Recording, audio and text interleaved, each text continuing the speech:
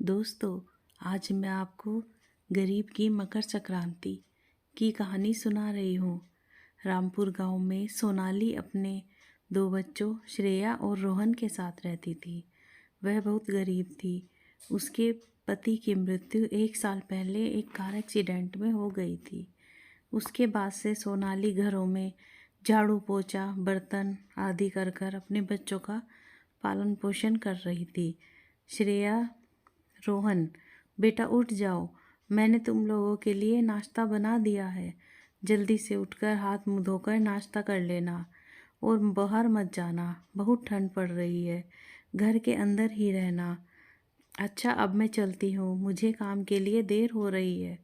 उठो जल्दी, अभी खाना गर्म है, जल्दी से खा लो। ठीक है माँ, श्रेया ने कहा।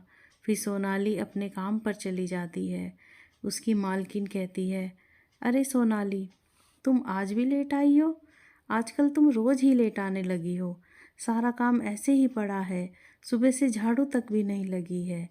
बर्तन सारी साफ सफाई ऐसे ही पड़े हैं। चलो जल्दी से अब काम शुरू कर दो। वो मालकिन, आज कोहरा ज़्यादा हो रहा था और ठंड बड़ी थी। कोहरे में कुछ भी दिखाई नहीं देता है, इसलिए आने में थोड़ी देर हो गई। ओफो, तेरे ये रोज़ के बहाने।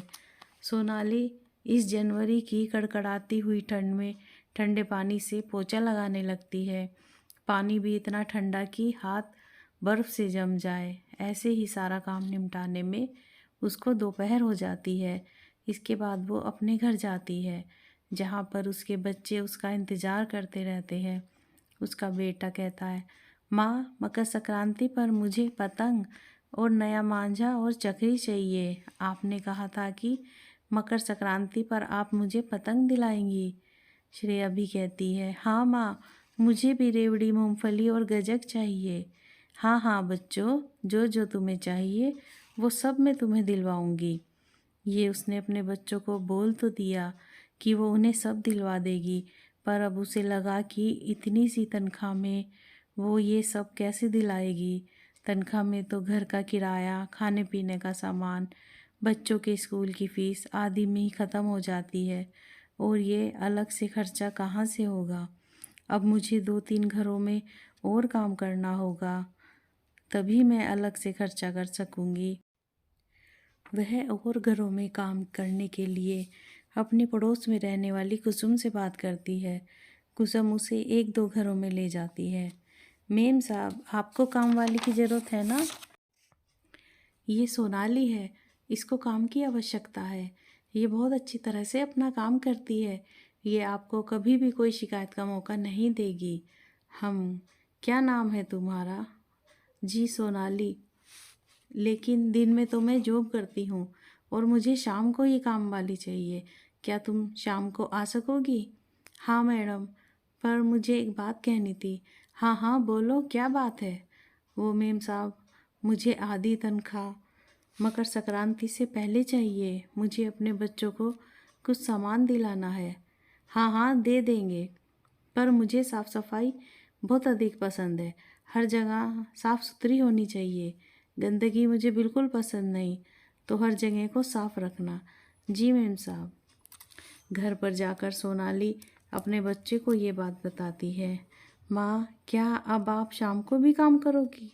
हाँ हाँ मेरे बच्चे, जब तुम बड़े हो जाओगे तो मुझे काम करने की कोई ज़रूरत नहीं होगी। माँ, आप शाम को काम पर इसलिए जाओगी कि हम आपसे कुछ ना कुछ मांगते रहते हैं? माँ, अब हम आपसे कुछ नहीं मांगेंगे। आप शाम को काम पे मत जाना, हमें बस आप चाहिए माँ। नहीं नहीं बेटे, ऐसी बात नहीं है, मगर थोड़े ज़्यादा पैसे आएंगे तो हम कुछ और भी चीज़ें ले सकेंगे, और फिर तुम्हारी पढ़ाई भी तो है, उसके लिए भी तो अलग से पैसे चाहिए। और हाँ, जब तुम लोग पढ़ लिख कर कुछ बन जाओगे तो मुझे कुछ भी काम करने की ज़रूरत नहीं होगी, तब मैं घर पे बैठ के आराम करूँगी। हाँ माँ, ये तो आपने बिल्कुल सही कहा है। अगले दिन सोनाली सुबह का काम खत्म करके दोपहर तक आ जाती है, और दोपहर को थोड़ी देर आराम करके फिर शाम को अपने नए काम पर चली जाती है। वह वहाँ सारा काम बड़ी सफाई के साथ करती है। काम खत्म होने के बाद नई मालकिन उसे चाय भी पिलाती है। ये लो सोनाली, चाय पी लो, आज ठंड बहुत है, ये अदरक वाली चाय तुम्हें थोड़ी गर्माहट देगी। तभी सोनाली की नज़र मालकिन के हाथ की अंगूठी पर जाती है और वह पूछती है, क्या यह सोने की है मालकिन? हाँ सोनाली मैडम, वो आधी तनख्वाह आपने मुझे पहले देने को कहा था। हाँ, वो तू कल सोमवार को ले जाना। सोमवार को मेरे घर पर एक पार्टी है, पार्टी के बाद याद दिला देना और अपने पैसे ले जाना। ठीक है मैडम। अगले दिन सोनाली थोड़ा समय से पहले ही उनके घर काम पर चली जाती है और घर का सारा काम करने लगती है। वह ठीक समय पर सारा काम निपटा देती है और फिर वहाँ पर पार्टी शुरू हो जाती है। पार्टी में काफ़ी देर हो जाती है। जब पार्टी ख़त्म हो जाती है तो सोनाली अपनी मालकिन से फिर कहती है, मैडम बहुत रात हो गई है, अब मुझे घर पर जाना है, मेरे बच्चे घर पर अकेले हैं, आप मुझे वो एडवांस दे दीजिए। उसकी मालकिन रीमा की दोस्त कहती है, अरे यार पानी तो पिलवा दे। वो सोनाली से कहती है कि इनको ज़रा पानी पिलाओ, तब तक मैं तुम्हारे पैसे लेकर आती हूँ। तभी उसकी दोस्त देखती है कि रीमा के हाथ में वो अंगूठी नहीं थी। अरे रीमा, तुम्हारी वो रिंग कहाँ गई? अरे ये तो मेरे हाथ में ही थी, लगता है पार्टी में यहीं कहीं गिर गई होगी। फिर सारे लोग वो अंगूठी को ढूंढने लग जाते हैं, लेकिन वो अंगूठी नहीं मिलती। सोनाली को काफ़ी देर हो रही थी। वो एक बार फिर से अपनी रीमा मैडम से कहती है, मैडम मुझे देर हो रही है और अब रात में ठंड भी ज़्यादा बढ़ गई है, आप मुझे मेरे एडवांस दे दो और मुझे घर पर जाना है।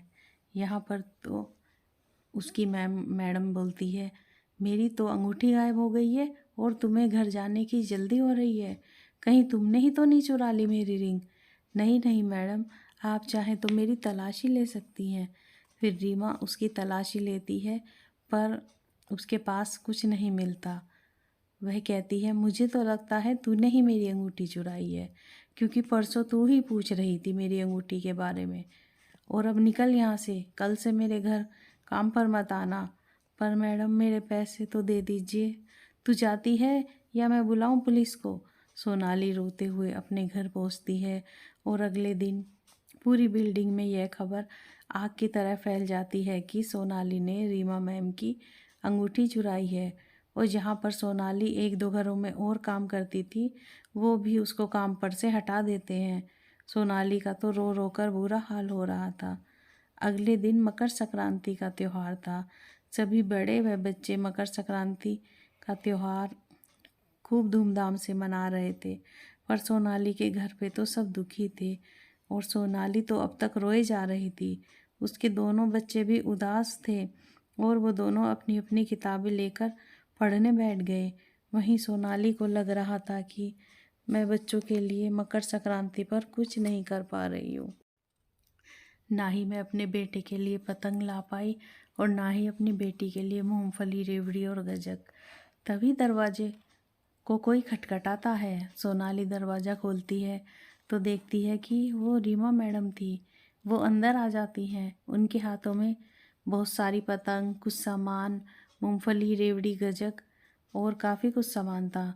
सोनाली उन्हें देखकर कहती है, मैडम मैंने आपकी अंगूठी नहीं चुराई, मैं झूठ नहीं बोल रही हूँ और सब ने मुझे काम से निकाल दिया है। रीमा मैम बोलती है, सोनाली मुझे माफ़ कर दो, मैंने उस दिन ही तैयार होते वक्त वो अपनी अंगूठी टेबल पर रख दी थी। वो आज मैंने देखा तो मुझे वहीं पर रखी हुई मिली। फिर मुझे एहसास हुआ कि तुम बिल्कुल सच कह रही थी, तुम मुझे माफ़ कर दो। अरे नहीं नहीं मैडम, आपकी अंगूठी आपको मिल गई, यही मेरे लिए बड़ी बात है। बच्चों यहाँ पर आओ, ये देखो मैं तुम्हारे लिए क्या लाई हूँ। ये लो खूब सारी पतंग, माझा, मिठाइयाँ, रेवड़ी और गजक। जाओ तुम अपना मकर संक्रांति का त्यौहार मनाओ और बड़े होकर अपनी माँ की तरह ईमानदार ही बनना। आपका बहुत बहुत शुक्रिया मैडम। ये लो तुम्हारी तनख्वाह के आधे एडवांस और हाँ, कल से तुम फिर से काम पर आ जाना और मैं बाकी तुम्हारी मालकिनों को भी बोल दूँगी कि वे तुम्हें फिर से काम पर रख ले। इतना कहकर रीमा वहाँ से चली जाती है। फिर बच्चे आकर अपनी माँ से लिपट जाते हैं, माँ आप दुनिया की सबसे अच्छी माँ हो। फिर वो साथ मिलकर मिठाइयाँ खाते हैं और पतंग उड़ाते हैं और खुशी खुशी मकर संक्रांति का त्यौहार मनाते हैं। दोस्तों, अगर आपको ये कहानी अच्छी लगी हो तो like, share, comment and subscribe ज़रूर करें। Thanks for watching.